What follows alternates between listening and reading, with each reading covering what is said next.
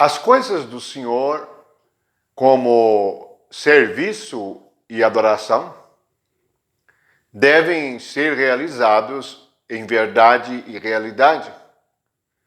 E quando aprendemos com Jesus, o único mestre, nós sabemos que nada pode ser feito ou deve ser feito com esforço humano. Recordamos o caso da antiga aliança, onde foram oferecer fogo estranho diante de Deus, e Deus, na sua ira, fulminou aqueles que assim o fizeram. Portanto, Deus não aceita, não olha e não recebe aquilo que o homem faz segundo a carne. Jesus nos ensinou sobre adoração. Ele é o único, e o seu Espírito é o único que está autorizado a nos dar uma palavra a respeito de adoração. Hoje, as pessoas chamam tudo de adoração. Música, palavras e coisas levantadas pela carne e pela doutrina dos homens. Mas quem realmente adora segundo o que Jesus ensinou? O Pai procura os verdadeiros adoradores. E a pergunta é: você chega a ser um verdadeiro adorador? Vamos ler em João 4, no versículo 20, quando a mulher samaritana indaga de Jesus o lugar de adoração. Esta é a primeira questão. Nossos pais adoravam neste monte. Vós, entretanto, dizeis que em Jerusalém é o lugar onde se deve adorar. Disse-lhe Jesus: mulher, podes crer-me que a hora vem, quando nem neste monte, nem em Jerusalém adorareis o Pai. Vós adorais o que não conheceis. Nós adoramos o que conhecemos, porque a salvação vem dos judeus. Mas vem a hora, e já chegou, em que os verdadeiros adoradores adorarão o Pai em espírito e em verdade, porque são estes que o Pai procura para seus adoradores. Deus é espírito, e importa que os seus adoradores o adorem em espírito e em verdade. Primeira coisa, o Pai procura para seus adoradores aqueles que o adoram em espírito e em verdade. Portanto, nada há que o homem possa fazer por si mesmo para adorar a Deus, a não ser crer e obedecer a palavra. Aquele que crê e obedece Jesus Cristo, por meio da revelação do Espírito e da direção do Espírito, reconhecerá que a carne não tem parte nisso. Carne e sangue não é de um reino. E aqui a adoração é a adoração no reino de Deus, onde Jesus está em nosso espírito e está no trono, e nossa alma se rende totalmente a Ele. Veja que alguns adoram que não conhecem. Jesus disse isso à mulher. E quantos hoje estão como a mulher samaritana, adorando sem conhecer? Dizem que estão adorando a Deus, mas não o conhecem. Assim, Jesus diz que a hora já chegou. Versículo 23. Mas vem a hora e já chegou, em que os verdadeiros adoradores. Portanto, Deus está procurando aqueles que, no seu coração, buscam com sinceridade conhecer o Espírito e adorá-lo no Espírito, isto é, no nosso Espírito, onde o Espírito de Deus está. Não somos o santuário de Deus? Não sabemos que o Espírito está em nós? Portanto, o Pai é adorado em nós, porque nós agora somos o templo. Ele, como Espírito, está em nosso espírito. Quando diz que é para adorar em espírito, é o lugar. Em verdade, é o nosso conhecimento de Deus.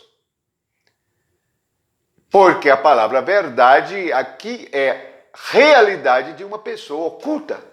Realidade de um ser que não pode ser visto com olhos humanos, mas que se torna em cada um de nós o Espírito que dá vida e que nos fala, nos dirige, nos corrige e nos exorta. Portanto, se somos verdadeiros adoradores, o próprio Pai nos procura. Então, Deus está em nós para ser adorado. Não é questão de lugar físico. Não é questão de se mover de lá para cá. Precisamos entender o que é a palavra espírito. Primeiramente, fomos criados com espírito, alma e corpo. Espírito para que o Espírito de Deus habite em nós. Alma para compreendermos, amarmos e servirmos voluntariamente a este Deus. E corpo, que é o tabernáculo ou lugar ou casa da sua habitação. A casa de Deus somos nós. Portanto, veja que os verdadeiros adoradores, isto é, aqueles que são sinceros. Porque hoje tudo ficou superficial e humano. E a liderança diz que está havendo adoração, vamos adorar a Deus, e há um chamado como se fosse um programa de auditório. Não pode e não deve ser assim. A solenidade interior. Nós, contritos e abatidos, lembramos da palavra em Isaías. Deus diz assim: com quem habitarei? Com os abatidos e contritos de coração. Portanto, não há exaltação nenhuma quando somos espirituais. Pelo contrário, estamos humilhados diante do único Deus verdadeiro, conscientes de que no corpo somos pó, na alma somos vaidade, e se não tivermos o Espírito que vive em nosso espírito, estamos mortos. Assim, tudo provém do único Deus verdadeiro, o Deus Pai de nosso Senhor Jesus Cristo. O Evangelho revela este Pai, o Pai de Jesus, o Deus único e verdadeiro. Quando Jesus ora em João 17, ele diz que a vida eterna é esta: conhecer o Pai como único Deus verdadeiro e a Jesus Cristo que nos foi enviado. Quando Jesus nos promete o Espírito Santo, ele diz que o Espírito é enviado pelo Pai e trará todas as coisas dele e receberá tudo do que é dele. Assim, temos esta realidade, esta verdade, para conhecermos e adorarmos a Deus em nosso espírito. Enquanto isso nos descansa, pois o homem quer andar longe para buscar a Deus, quer se mover longe para buscá-lo. Mas as Escrituras nos revelam que Deus está em nosso espírito. Portanto, onde vamos, somos como um tabernáculo vivo, carregado e conduzido pelo Espírito Santo. Que maravilha de Deus é esta! O Deus Espírito está em nós, Deus conosco. Esta é a obra de Cristo. Lembre-se, a hora vem e já chegou. Não deixe ninguém jogar isto para depois, ou criar uma doutrina. Creia apenas no que Jesus disse. Esta é a maneira simples do Evangelho. Se Jesus disse, nós cremos. Se os apóstolos ensinaram, nós perseveramos no ensinamento dos apóstolos.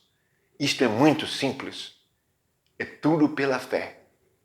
Veja que nós devemos e adoramos o que conhecemos.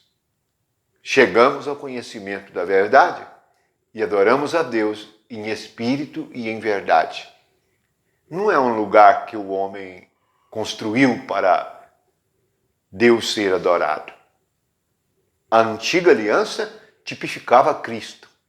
O templo na antiga aliança é Cristo, é o corpo de Cristo. Na verdade, o templo agora somos nós reunidos no nome de Jesus. Vamos adorar o Senhor em espírito e em verdade. São estes os verdadeiros adoradores que o Pai procura. Amém.